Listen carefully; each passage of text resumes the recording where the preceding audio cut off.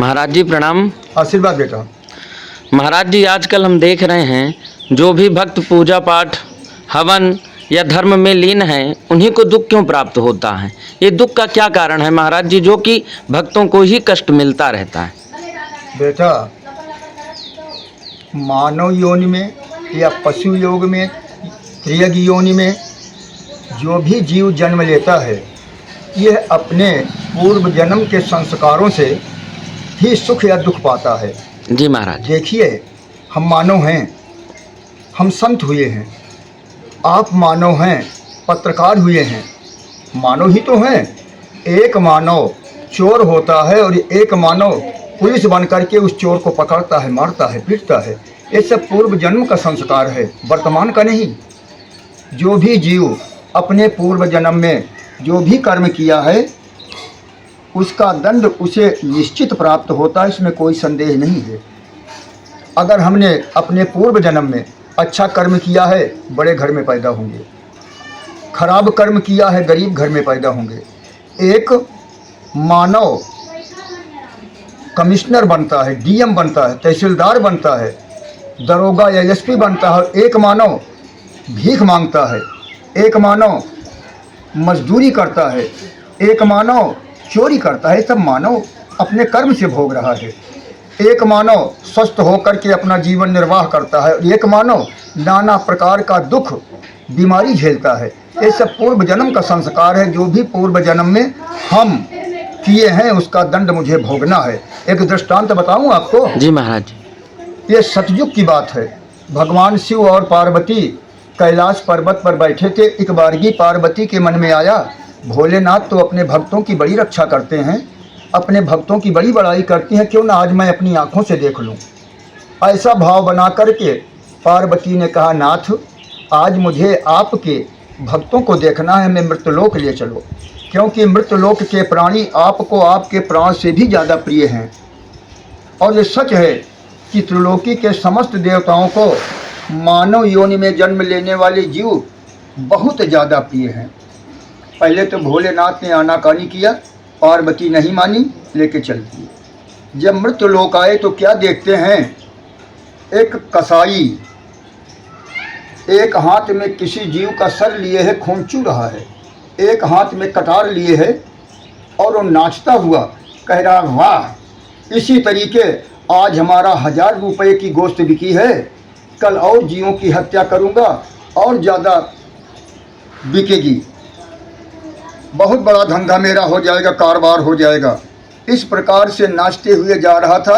एक बारगी उसके पैरों में ठोकर लगी, बैठ गया अपने ही कटार से, धरती को कुरेदने लगा क्रोध में कि ये मेरे पैर में लगी है, इसे मैं रहने नहीं दूंगा, गड्ढा बना दूंगा।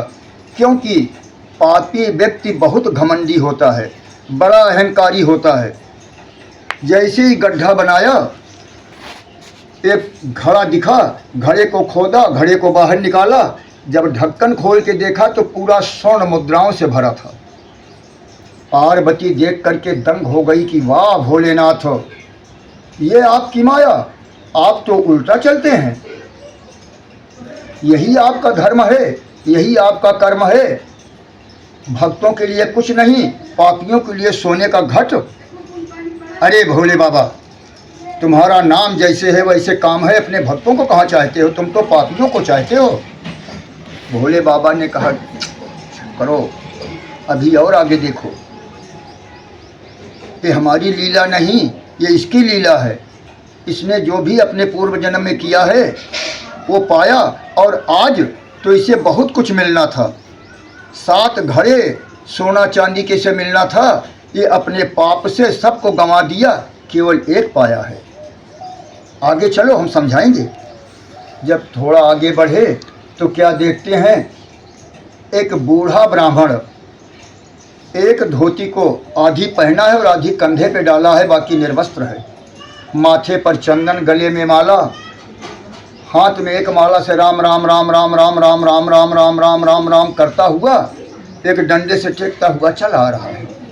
एक बारगी एक जगह ऊंची थी, उस ऊंची जगह पर, जिसे हमारे देहातों में खेत का बान कहते हैं, कहीं कहीं मेड़ कहते हैं, उसमें अटका और गिर गया, उसके दोनों पैर टूट गए। पार्वती जी सर पकड़ के बैठ गई। हाय हाय हाय हाय हाय हाय भोलेनाथ, धन्य हो, आपको आदि अनंत कहा जाता है। आपकी ये लीला, आप ये लीला मेरे समझ के बाहर है। अब मैं नहीं यहाँ रुकूंगी, चलो कैलाश चलते हैं। आप धर्म पे चलने वालों को दुख और पाप करने वालों को सुख देते हैं। भोले बाबा ने कहा बैठ जाओ, मैं तुम्हें समझाता हूँ, क्रोध शांत करो। बोली देखो, एक कसाई जिसे आज एक घड़ा मिला है, पहले इसका पूर्व जन्म देखो। पूर्व जन्म में जब ले गए तो क्या देखते हैं कि वह बहुत बड़ा धर्मात्मा था। प्रतिदिन गौओं का दान करता था, धन का दान करता था, गरीबों को भोजन देता था, दूसरे की कन्याओं का विवाह करता था। और उस पुण्य के प्रताप से आज इसे 7 घड़ा सोने के मिलना था। लेकिन वर्तमान में जो पाप कर रहा है, उस पाप के कारण इसका समस्त पुण्य क्षीण हो गया, फिर भी 1 घड़ा का पुण्य बाकी था, उसे प्राप्त हुआ। पार्वती जी ने कहा चलो महाराज, मैं संतुष्ट हो गई, ये तो ठीक है, लेकिन ये ब्राह्मण धिक बलम क्षत्रिय बलम ब्रह्म तेजो बलम बलम, महाराज वो ब्राह्मण है और आज उसके दोनों पैर टूट गए। अब वो कैसे चलेगा, क्या करेगा, कैसे जीवन यापन करेगा। बोले इसका भी देखो, उनके भी पूर्व जन्म में ले गए। वो एक अति सुंदर धर्मात्मा ब्राह्मण का पुत्र था, जमींदार था, धनवान था, लेकिन वो कभी भी धर्म कर्म में मन नहीं लगाया। बदले में जो भी उसके खेत में आ जाए, बाग में आ जाए, उसे खूब मारे, प्रताड़ित करे, हाथ पैर तोड़ दे। एक नहीं अनेकों लोगों का वो हाथ पैर तोड़ा था। ऐ पार्वती, अन्य 3 योनि में ये अपने उस पाप का प्रायश्चित किया, लेकिन आज जो इसके हुआ, इसके पुण्य के प्रताप से जो भगवान का स्मरण कर रहा है, पूजा पाठ कर रहा है, आज उसका अंत हो गया, पाप का प्रायश्चित पूर्ण हो गया है। इसका हाथ पैर जो टूटा वो टूटा नहीं, ये पाप का प्रायश्चित है। अब ये पुनः मृत्यु को प्राप्त करेगा और दोबारा जब जन्म लेगा तो हमारा और नारायण का भक्त होगा, एक राजा के घर पैदा होगा। इसलिए अरे भक्तजनों, तुम लोग भी ध्यान दो, अगर आपके यहाँ कोई कष्ट है उससे ऊबो मत, घबराओ मत। ये आपके किए हुए कर्मों का फल है। एक ना एक दिन जब तुम्हारे पाप का प्रायश्चित हो जाएगा तो घर में सदा मंगल ही मंगल रहेगा, फिर अमंगल नहीं आएगा, फिर दुख नहीं आएगा। प्रेम से बोलो भैरव भगवान की जय।